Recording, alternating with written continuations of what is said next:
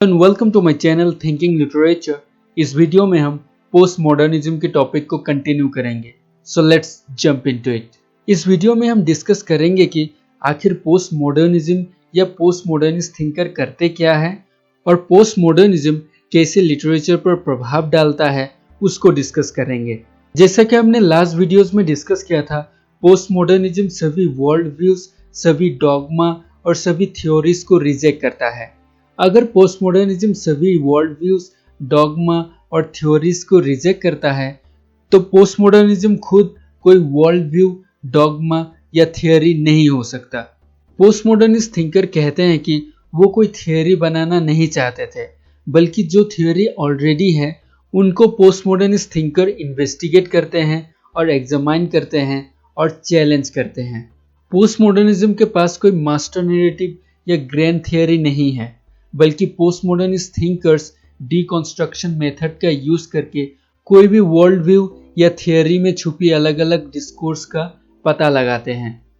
सो एक post modernist critic का यह काम है कि जितने भी मेटा नैरेटिव्स या आइडियाज हैं, जैसे कि हेगल की फिलॉसफी, आइंस्टाइन की फिजिक्स आदि, उनको एग्जामाइन करे और डीकंस्ट्रक्ट करे और किसकी किसकी आवाज दबाया गया है उस थियोरी या आइडिया में, उसको इवैल्यूएट करे।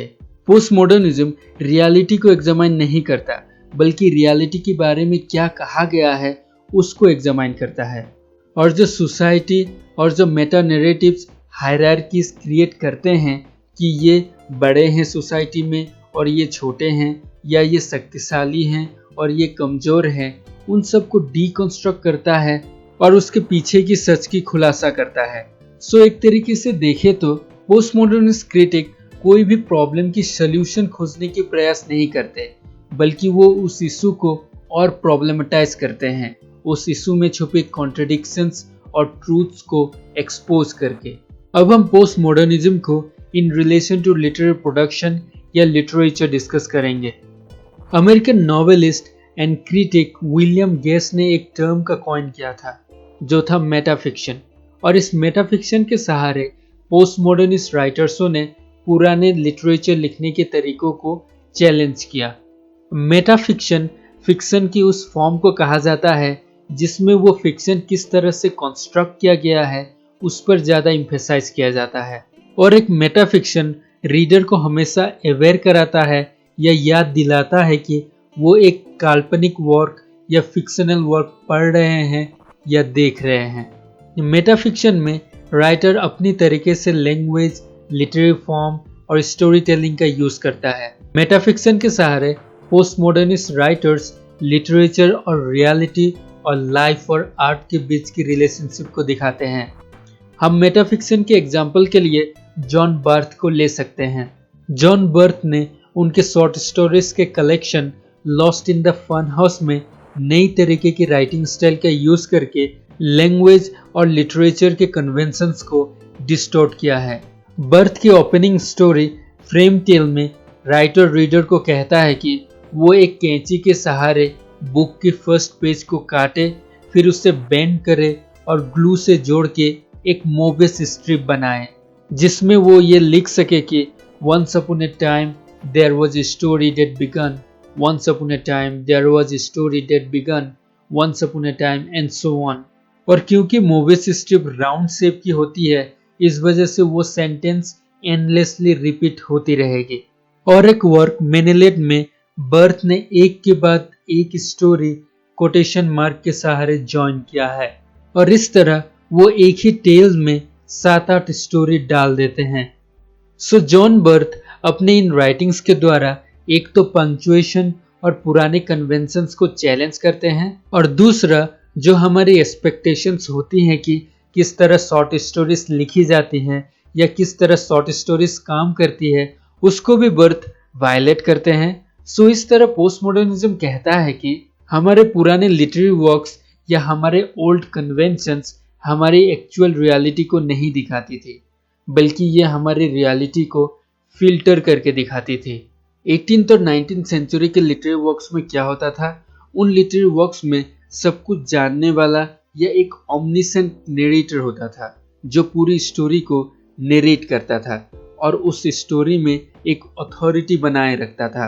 लेकिन पोस्ट मॉडर्निस्ट इस ओमनिसेंट नैरेटर की अथॉरिटी को चैलेंज करते हैं और उसी तरह सभी अथॉरिटीज पर सवाल उठाते हैं। फॉर एग्जाम्पल, जॉन फॉल्स की 1969 की novel the French lieutenants woman में फॉल्स ने ज्यादातर पार्ट में traditional objective third person narration का यूज किया है। लेकिन नॉवेल के एंड में रीडर को सरप्राइज करते हुए एक वॉइस बाहर निकल के आती है और कहती है कि नॉवेल की एंडिंग ट्रस्ट करने के योग्य नहीं है, और इसलिए वो कहता है कि वो एक कॉइन फ्लिप करेगा और उसी अनुसार वो नॉवेल की एंडिंग को प्रेजेंट करेगा। और वो नरेटर ये भी कॉम्प्लेन करता है कि उस नॉवेल का जो प्रोटैगनिस्ट है वो डिसोबीडियंट है और आउट ऑफ कंट्रोल है। सो इस तरह एक पोस्ट मॉडर्निस्ट एक ओमनिसेंट और एक ओमनीपोटेंट ऑथर की अथॉरिटी पर सवाल उठाते हैं। पोस्ट मॉडर्न लिटरेचर जो पास्ट की मास्टर वर्क्स थे या जो कैनोनिकल वर्क्स थे उन पर कमेंट करते हैं और उनको डीकंस्ट्रक्ट करते हैं।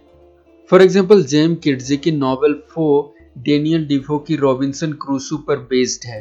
किड्जी ने अपनी नॉवेल 4 एक वुमन सुसान बार्टन के पॉइंट ऑफ व्यू से लिखा है।